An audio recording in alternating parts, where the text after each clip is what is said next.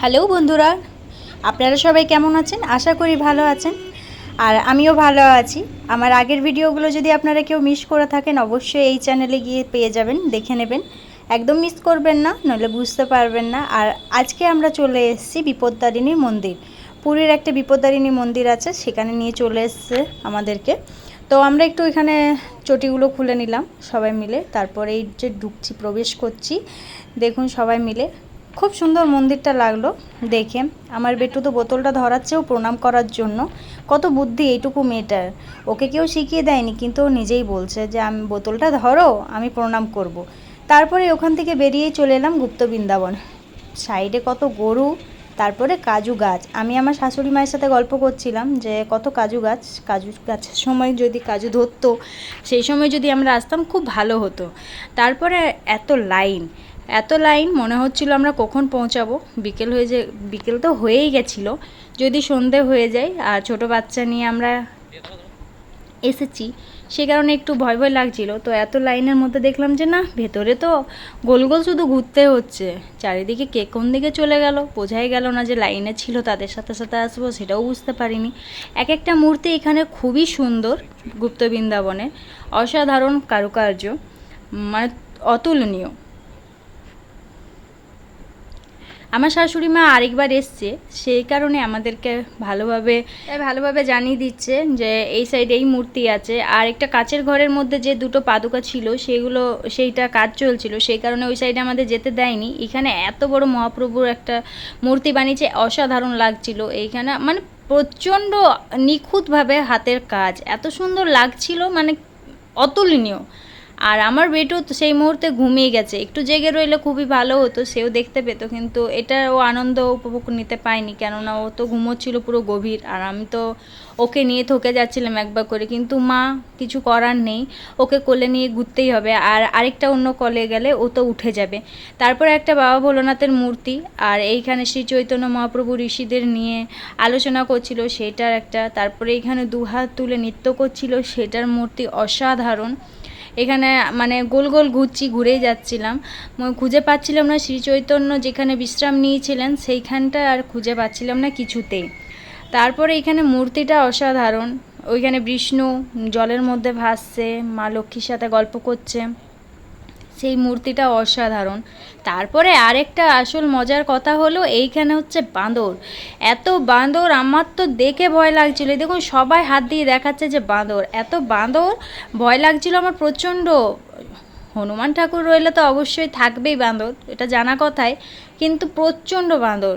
মানে দেখছি আম গাছে আম খাচ্ছে, তো কারুর ব্যাগ কেড়ে নিয়ে বের করছে জিনিসপত্রগুলো। আমার তো খুব ভয় লাগছিল। আমি যেহেতু ব্যাগ নিয়ে যাইনি, মা নিয়ে গেছিলো, তো মাকে একটু সাবধান করে দিয়েছিলাম, একটু সামলে থেকো, বাঁদরগুলো দেখাচ্ছে, দেখছো বসে আছে কীরকমভাবে, ওরা ছোঁ মেরে নিয়ে গেলেই হচ্ছে।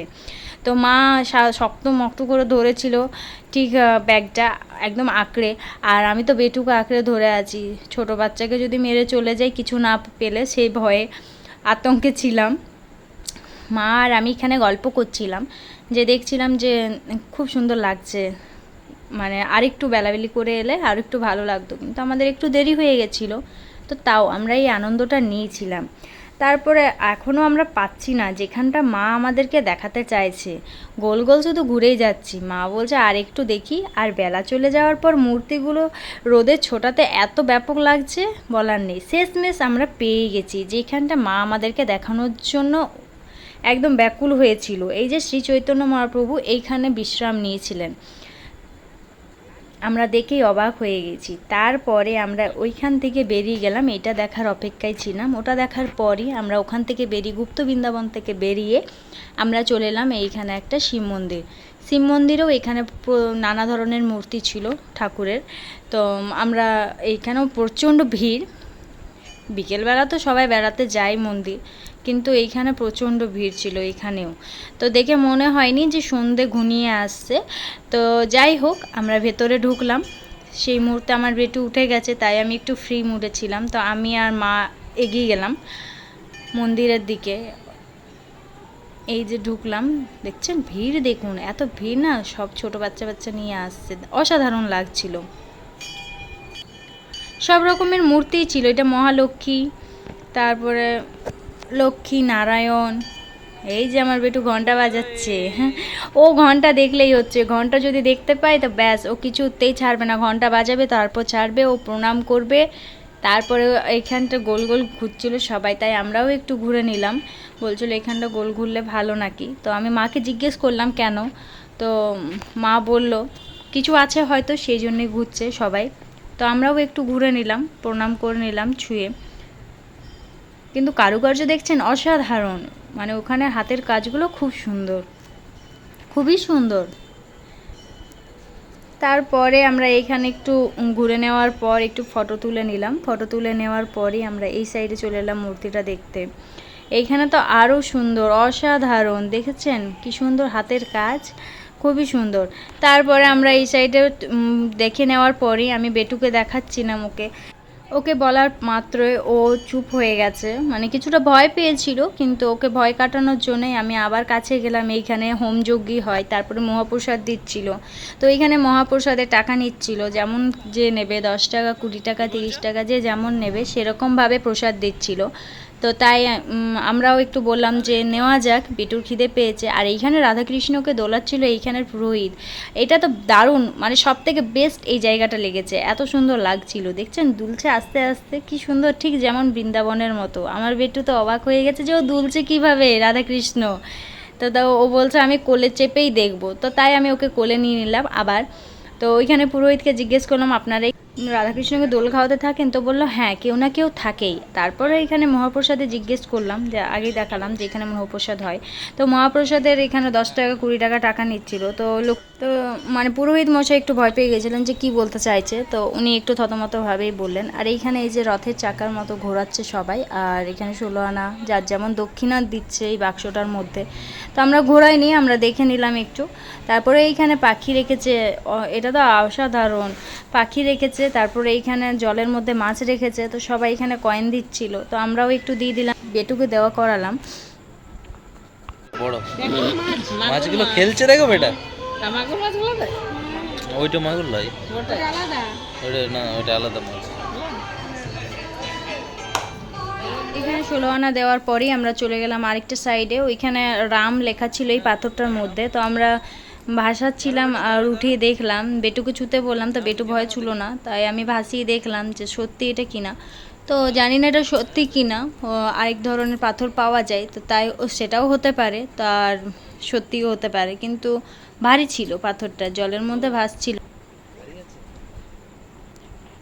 তারপরে আমার শাশুড়ি মা বললো একটু আমিও দেখি, সব তো কাড়াকাড়ি করছে যে দেখি দেখি দেখি কত ভারী আছে, তো সবাই নিচ্ছিল, দিদি ছেড়ে দিলাম, ছেড়ে দেওয়ার পরে তারপরে আমরা ওখান থেকে বেরিয়ে গেলাম।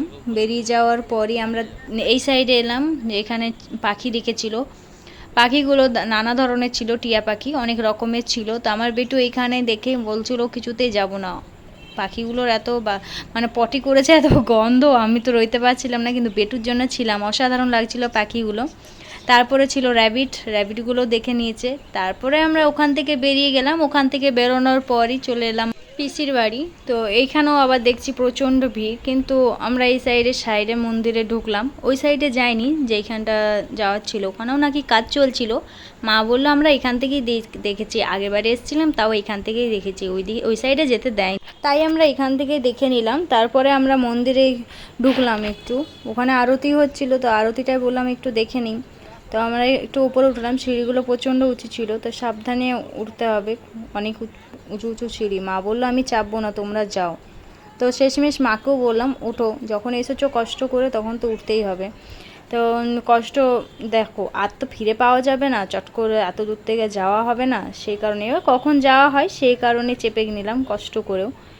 একটু কষ্ট হয়েছে কিন্তু বোঝায়নি কষ্টটা।